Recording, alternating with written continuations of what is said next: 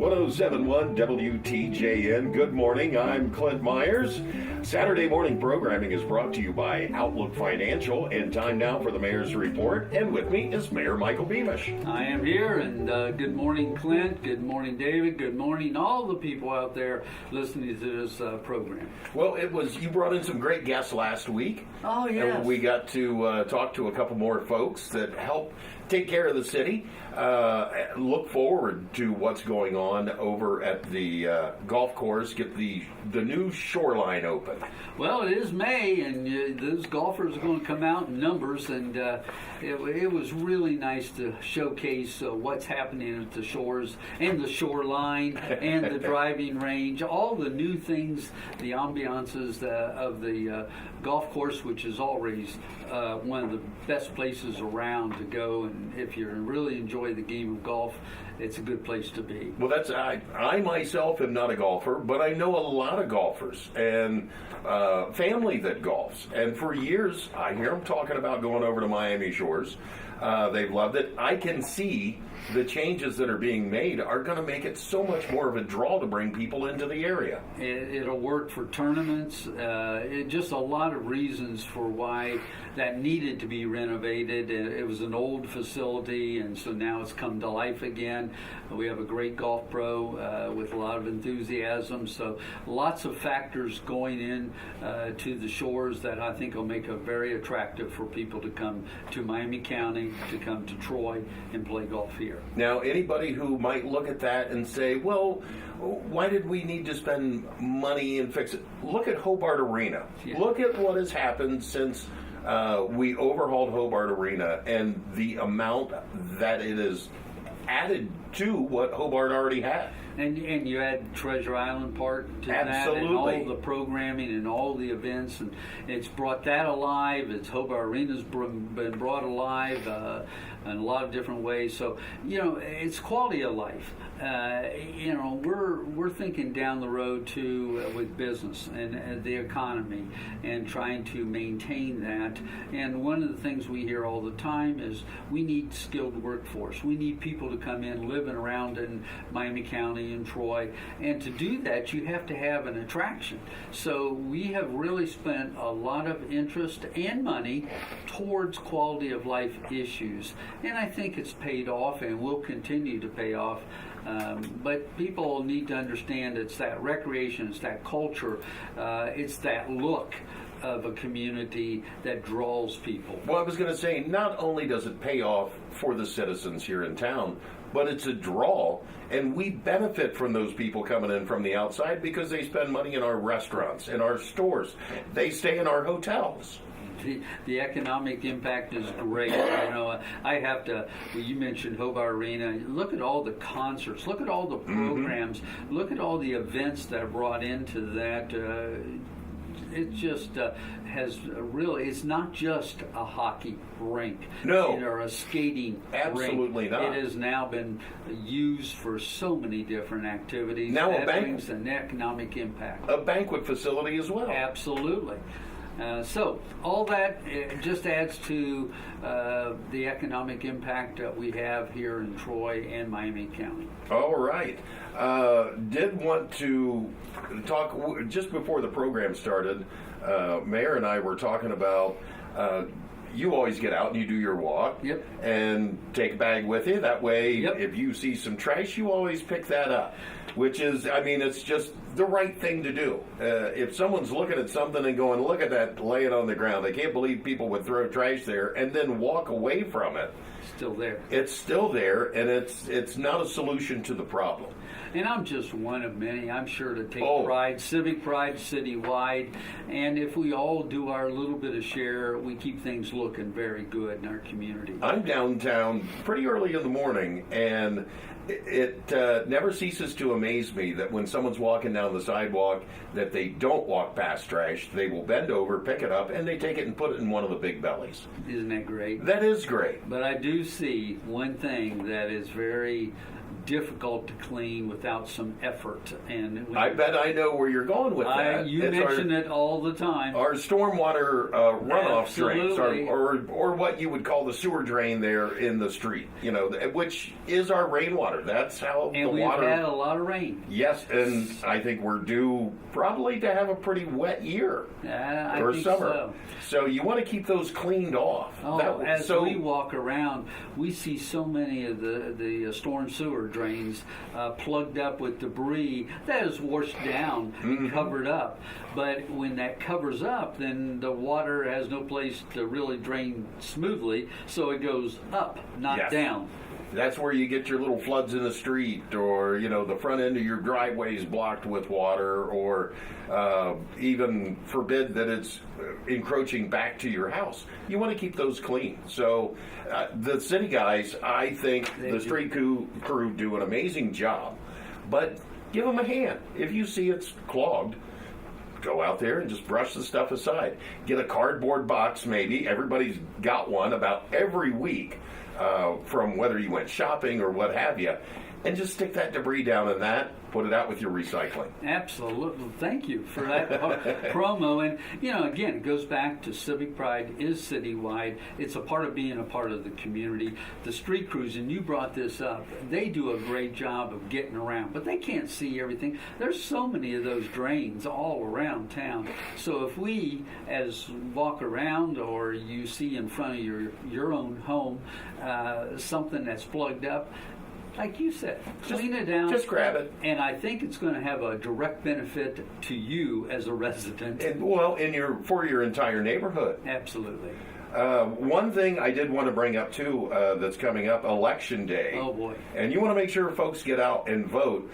Now your position is the position that's going to be open this time around. You have been mayor for 16 years. It has been a great ride.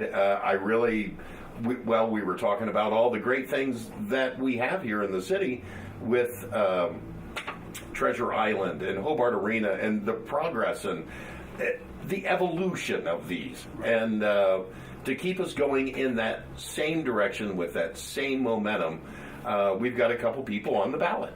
We do, and thank you for bringing that up, because Election Day is coming up Tuesday, May 7th, and if you look just at the surface, you'd say, why do I want to go out and vote? It is a Republican primary, number one. Right. And we do have, we're a statutory city, Clint. You and I have talked about that. Mm-hmm. We're different than many of the communities surrounding us. So we do have basically three branches of government. There's the legislative branch, and we do have a race being contested in the 6th Ward there in the legislative branch. And you mentioned we'll be having a mayor-elect chosen in Tuesday, and there's two fine candidates running for that position.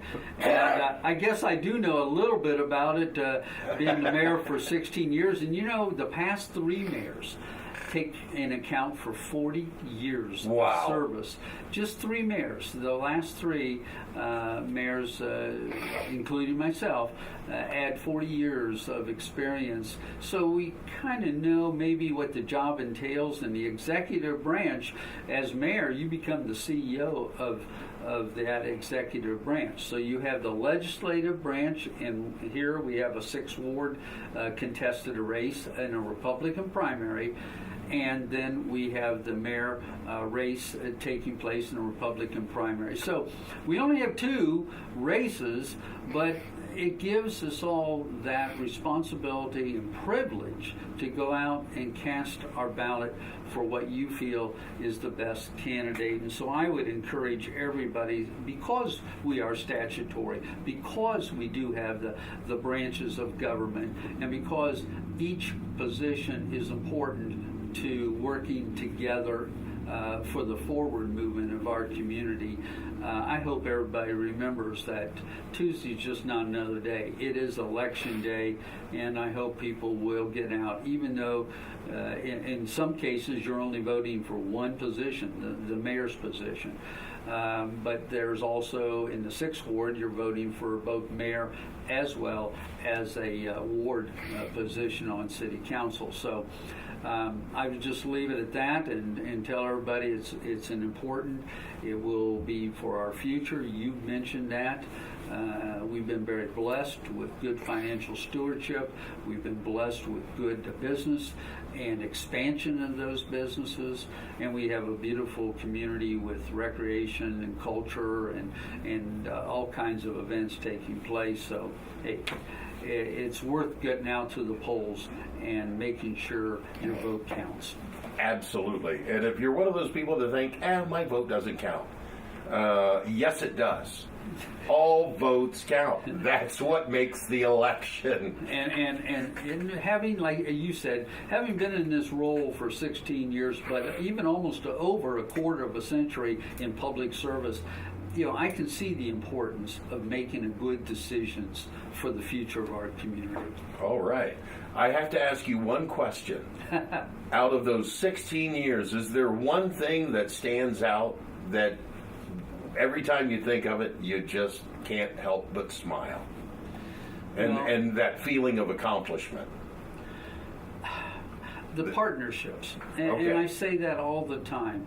The working relationships that have been established between the Troy Area Chamber of Commerce, Troy Main Street, the Troy Foundation and their involvement, the City of Troy, working together in harmony with other organizations, other civic organizations, and everyone has their commitment to make the city a better place. I don't think we have that momentum going forward, or you wouldn't find that anywhere if it doesn't work that way. Well, and I almost forgot, but a very important part of my life is the school system. Yes. We are very blessed to have good leadership in our schools and good teachers teaching our young people for the future. And you combine all that, that's what I have been very fortunate to have a lot of experiences in those areas. All right. Also coming up, Peace Offers Memorial Service. Oh, that's another time just to observe. We've been very blessed in Miami County in recent years, but we have had fallen peace officers paid the ultimate sacrifice, and this is an opportunity for us to reflect on that. Situations, and also just hope and pray that our future safety with peace officers remains safe for all those first responders. So that's taking place on Wednesday, May 8th at the Courthouse Square at noon. Okay. So I hope people will come out and support our local police officers. Oh, absolutely. I think we've got an incredible crew of police officers, first responders here in town. Absolutely. As we see the downtown green up, we're going to see flowers before no time and the baskets back on the light poles. One other sure sign that summer is on its way. And also that kind of the school year's wrapping up. You get the kids down on Prouty Plaza, the music classes. Oh boy, yeah, that's coming up in downtown Troy, and that usually kicks off that the entertainment season, I call Yes. it. And not only downtown, but Treasure Island, Hobart Arena has many programs that are being offered. But let's talk about the high school jazz band. Is always comes down. They have it on what they call Picnic on the Plaza. So you can pack your bag lunch and bring it Yeah. downtown, or stop and get something to Listen go to and the good bring it. music of the high school, and then the 8th grade come down the next day. This is all starting on May 20th, so this is advance notice to pack your lunch, come down, listen to good music. It kicks off the entertainment season, I call it, in May.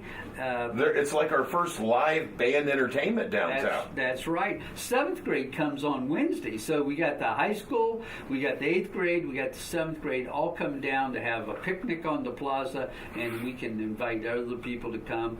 Prouty Plaza, great place for a venue there, and that just starts the many activities. And of course, the Troy Civic Band has their home at Treasure Island, the amphitheater, and that's coming up on Memorial Day.